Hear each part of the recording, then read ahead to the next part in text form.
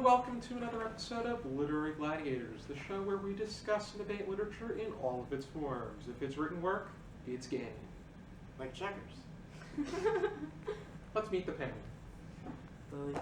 Kelsey. Charlie. And Josh.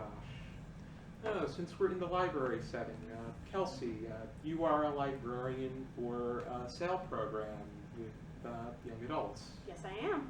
And you told me you created a game called Whose Lines Is It Anyway? Yes, I did. Well, I didn't create it. I stole it off the internet, but Stole it still. off the internet. Oh, okay. Okay. But still, it's fun. Okay. How does Whose Lines Is It Anyway go? Well, I read a line, and everybody who's in the group has to guess who said the line, what book from. One or the other, if I'm going easy on you. Oh, okay. Oh, that's quite intriguing. Do you want to give a demonstration? Of course. So the one that I'm going to use is, this is the quote. Everyone suspects himself of at least one of the cardinal virtues, and this is mine. I am one of the few honest people I have ever known. Oh, I know this, Does everybody know it? This is, but I'm blanking. Atticus Finch to Mockingbird. Nope. Oh, The person who wrote it. Nick Carraway, Great Gatsby. Yes. Okay. That's Oh, it. yes. Mhm. Okay. Oh yeah. Already then. Because Kelsey is such a remarkable librarian, we decided we would pick something that she liked. And what would that be, Laney? That would be the love song of J. Alfred Prufrock by T.S. Eliot. Oh, okay. T.S. Eliot is quite a, he's one of those high-level modernist poets. He's in the family of Ezra Pound and Gertrude Stein. His work's HD. a Yes. bit more, his work is a bit more of a challenge to grasp. Yes. Lots of allusions here. We start off with Italian, and who can tell me what that epigraph's from? Dante. Yeah, it's Yeah. Dante's Inferno. Mm. One of Oh, my he's personal amazing. favorites. Love Also, it. very good work. Remember that from World War I. I did my paper on connecting his belief of the thinking that acts of deception are worse than murder, and comparing that to Bernie Madoff. But I'll talk more about that later, or if we ever do an episode. What's the first question for Prufrock? How do you feel that Prufrock can best be described? Wallflower. I said anxious and self-aware. He's very much a millennial. Yeah, he's very introspective. Definitely. But he pretty much it's just him thinking about these things. He really doesn't do much acting. Yeah, he's a perpetual whiner. I was going to say He's worrier. Well, yeah, that too, but I was going to say he's inquisitive. Mhm. He's an observer, but he really doesn't do much to alter the events, and he really doesn't. It's the whole "do I dare disturb the universe?" But he is asking a lot of questions, so I do definitely agree that he is inquisitive throughout the Yeah. poem. He asks the questions, but he really doesn't. He doesn't. He doesn't seek go out on the question. answers. Yeah, that's, Yeah, he doesn't pursue anything. You know. It's like asking, what time is it? But never finding out. Yeah. In psychology, they say there's the distancer and the pursuer for categories of people. You know, you can hold people at a distance, or you can be the kind that's a go-getter and very social and willing to seek out relationships. he's the former. Yeah. Indeed. Well, he's battling between wanting to be the latter, but Mhm. unfortunately being the former.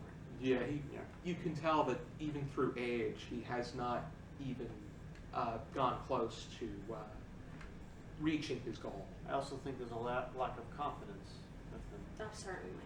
I would say that as well. He Like me at my prom. Oh, Charlie. It's a rough time for all. There's actually a specific line that refers to his insecurity, which is when he was like, the footman holds back my coat, holds my coat and snickers or something like that, and it's just how he's also like, people are saying, how his hair grows thin and things along those lines. So he's very, very concerned with how people perceive him, and therefore he's very insecure. That's why he dresses up so nicely with the pin, with Yes. the tie with the modest pin. Mhm. Or the whole.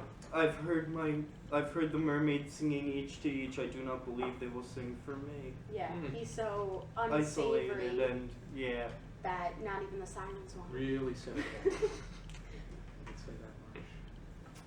the next question. Alrighty.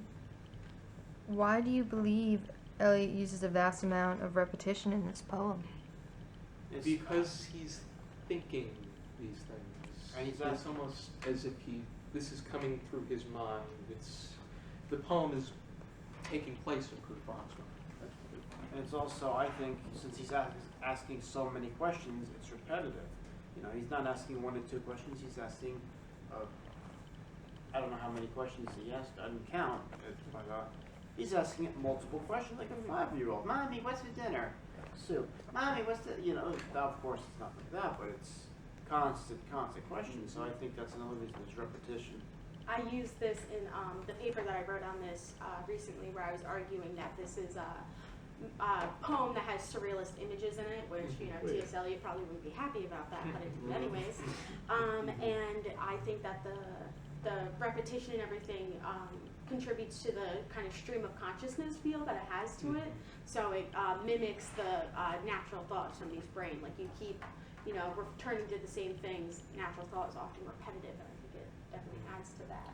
Well, if you take from that whole, I've measured my life in coffee spoons, it's something very mundane and routine and repeated, right? So he's commenting on how mundane daily life has become through these repetitions, even as he says it in line. I also think that his cynicism with regard to the repetition, as you were saying, about it being tedious, is the idea that he does need to remind himself that, or he's trying to remind himself that things are going to be better, but it's also a sense of denial.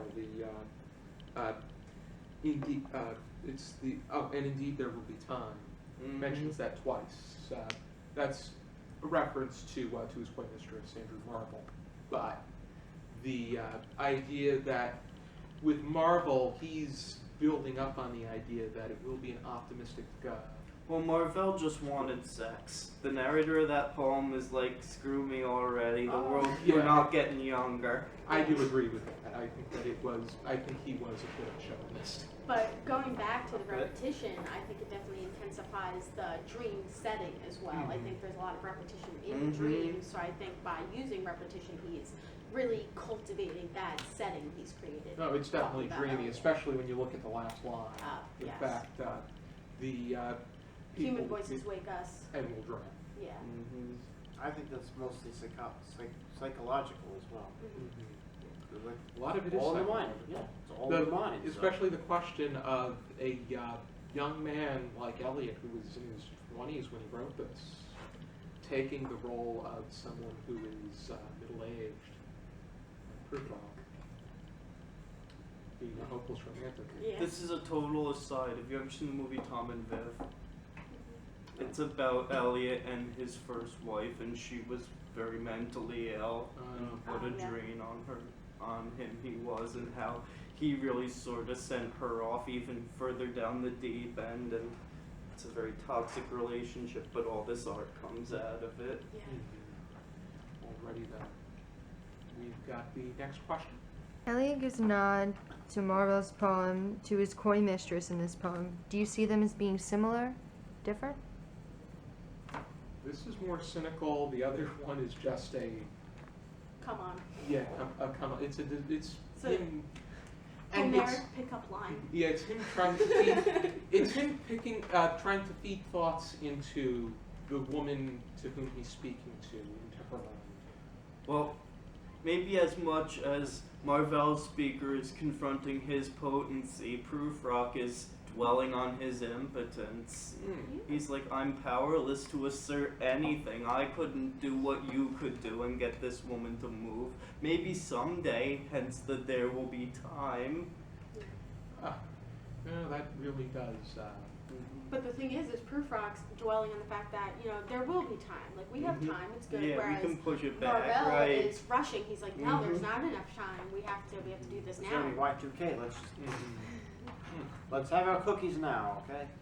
But I think that Prufrock is much more naturalist as well, the way that when he presents the idea that there will be enough time, he makes mention to the fact that the world's going to go on, but it's not going to be a positive or negative experience it's just going to be. Mm-hmm. So that's what I saw. But while both of the poems focus on love, Prufrock's definitely focusing on an unrequited love, whereas, you know, I feel like Marvell's love might be requited. Like the person that he's trying to pick up might be a little bit interested. Mm-hmm. Yeah. Pretty much, and but they also have different ideas in mind too. Definitely. Well, also, I don't see Marvell coming up with how should I begin to spit out the butt ends of my days and ways? Like, compare your time that you say there'll be so much of to a cigarette you've smoked, like, right down to the nub. Mm. Yeah. Okay. And if you smoked it all the way to the root, what is it? It's useless, it's garbage. And that's what he says tomorrow is. Mm. And yet there will be more of these, so is We it don't really condone so? smoking, by the way. Don't do that. Okay. Anybody have any final thoughts?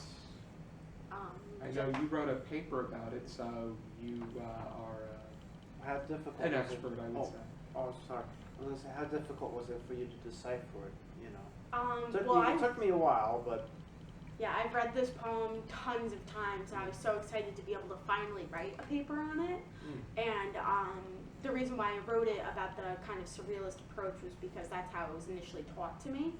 okay. So, but I just think that this is a really good poem because you can look at it on the surface as just being a poem about this guy, or you can take very different, you can put a different lens on it and find all of the surrealist, you know, aesthetics that are present there. And I think maybe hopefully after you watch this video, you'll go back and read it and think about surrealism, and maybe you'll get a new look on it and I'll shed a some new more light love. on it. Yeah. Yeah. I would definitely.